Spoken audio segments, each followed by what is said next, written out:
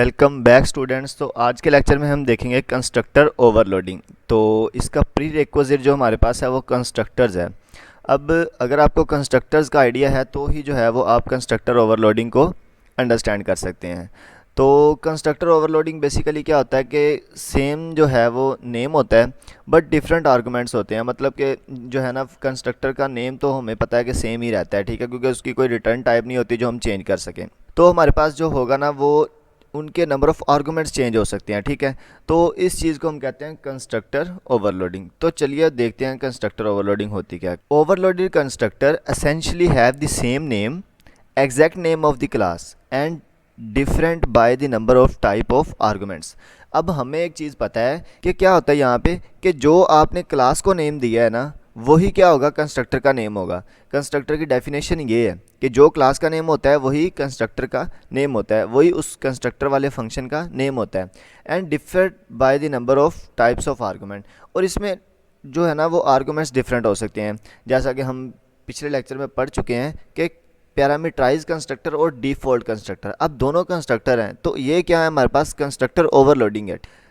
A constructor is called depending upon the number of types of argument passed. अब जो हमारे पास constructor overloading है ना, ये किस पे डिपेंड करता है कि number of types, number of arguments and types. अब मतलब अब एक कंस्ट्रक्टर है उसको हमने इंटीजर पास करवाया है, और दूसरा है उसको हमने फ्लोट, और तीसरा है उसको हमने डबल पास करवाया है। और जितने भी हमने इसको लिटरल्स पास करवाए हैं ये किसको शो करता है, कंस्ट्रक्टर ओवरलोडिंग को, क्योंकि उनका नेम तो सेम है और जो उसमें आर्गूमेंट्स हैं वो डिफरेंट हैं। While creating the object, arguments must be passed to let the compiler know which constructor need to be called। तो जब हम क्या करते हैं, ऑब्जेक्ट बनाते हैं ना, तो ऑब्जेक्ट बनाने से पहले हमें फिर बताना पड़ता है कि आपने ये वाला कंस्ट्रक्टर जो है वो कॉल करना है। अब इसका मतलब क्या है, मतलब ये है कि हमने एक, सबसे पहले हम एक ऑब्जेक्ट बना लेते हैं, ठीक है। उसके बाद हम क्या करते हैं, हम ये देखते हैं कि इस ऑब्जेक्ट ने किस कंस्ट्रक्टर को कॉल करना है, क्योंकि कंस्ट्रक्टर ओवरलोडिंग में हमारे पास एक से ज़्यादा कंस्ट्रक्टर होते हैं। तो हम ये देखेंगे कि ये किस कंस्ट्रक्टर को कॉल करेगा। तो फिर हम जब ऑब्जेक्ट बनाएंगे ना तो वो ऑब्जेक्ट उसके रिस्पेक्टिव कंस्ट्रक्टर को ही कॉल करेगा।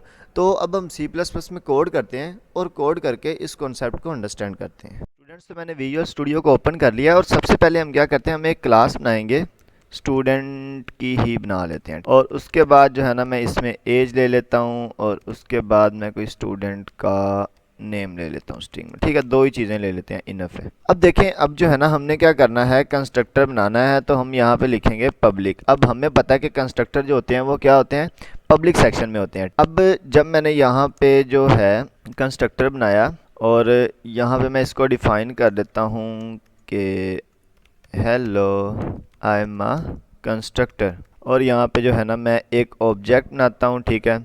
ऑब्जेक्ट स्टूडेंट, सबसे पहले हम क्लास का नेम लिखते हैं और उसके बाद ऑब्जेक्ट लिखते हैं, और यहाँ पे ऑब्जेक्ट। अब देखें यहाँ पे, अब जब मैंने ये काम किया तो अब मैं प्रोग्राम को अगर रन करूँगा तो हमें पता है कि जो कंस्ट्रक्टर है ना वो ऑटोमेटिकली कॉल हो जाएगा। तो ये कंस्ट्रक्टर ऑटोमेटिकली कॉल हो गया। अब क्यों कॉल हुआ है, क्योंकि हमने एक ऑब्जेक्ट बना दिया। जब हम कोई ऑब्जेक्ट बना देते हैं ना तो कंस्ट्रक्टर ऑटोमेटिकली कॉल हो जाता है।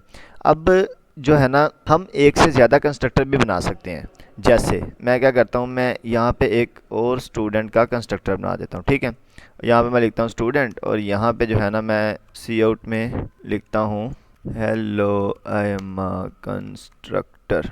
लेकिन जब मैंने ये काम किया ना, ठीक है, तो मतलब ये हमारे लिए बेनिफिशियल नहीं होगा, ये हमें एरर भी थ्रो कर सकता है। क्यों? क्योंकि हमने एक ही कंस्ट्रक्टर दो दफ़ा बनाया होगा, ठीक है।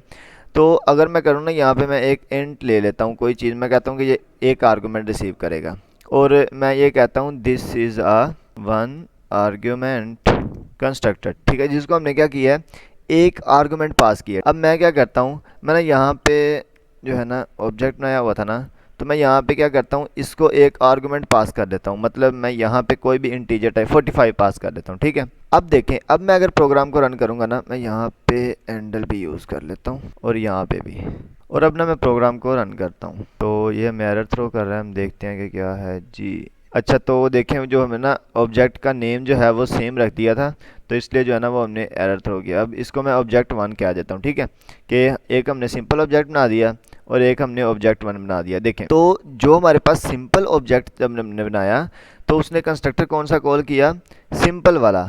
अब यहाँ पे जो है ना आउटपुट को देखें कि यहाँ पे नंबर 1 पे आया hello I am a constructor, मतलब जब हमने एक डिफ़ॉल्ट कंस्ट्रक्टर बनाया, ठीक है, तो अब ये वाला जो ऑब्जेक्ट हमने बनाया ना, ये वाला ऑब्जेक्ट, तो हमारे पास डिफ़ॉल्ट कंस्ट्रक्टर कॉल हुआ है। अब हमने नहीं इसको बताया कि आपने कौन सा कंस्ट्रक्टर कॉल करना है, अब हमने एक आर्गुमेंट पास कर दिया है, तो ये पैरामीटराइज कंस्ट्रक्टर कॉल हुआ है, ठीक है। तो अब ये जो चीज़ है ना, ये सारी की सारी डिपेंड किस पे करती है कि नंबर ऑफ़ आर्गुमेंट पे। अब जितने हम आर्गुमेंट ऑब्जेक्ट को पास करवाएंगे ना, उतने ही आर्गुमेंट वाला जो है वो कंस्ट्रक्टर कॉल होगा।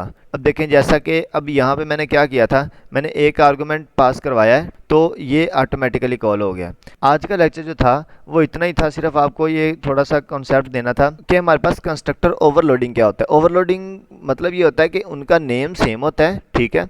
अब देखें नेम क्या है, सेम है, लेकिन जो आर्गुमेंट्स, नंबर ऑफ़ आर्गुमेंट जो है ये डिफरेंट होते हैं, ठीक है।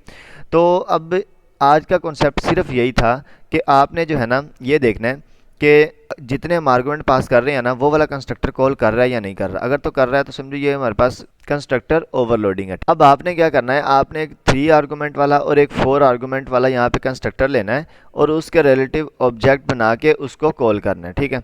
तो आज के लिए इतना ही था। उम्मीद है कि आपको आज का लेक्चर समझ आ गया होगा। अगर आपको समझ नहीं आया तो आप कमेंट में पूछ सकते हैं, और अगर आपको किस चीज़ में कन्फ्यूजन है तो आप जो है हमारा व्हाट्सअप ग्रुप भी ज्वाइन कर सकते हैं, वहाँ पे क्वेश्चन कर सकते हैं। तो अगर आपको वीडियो अच्छी लगी है तो वीडियो को लाइक कर दें और अपने फ्रेंड के साथ शेयर भी कर दें, और अगर आप इस चैनल पर नए हैं तो चैनल को सब्सक्राइब कर दें। तब तक के लिए अल्लाह हाफिज़, मिलते हैं नेक्स्ट लेक्चर में।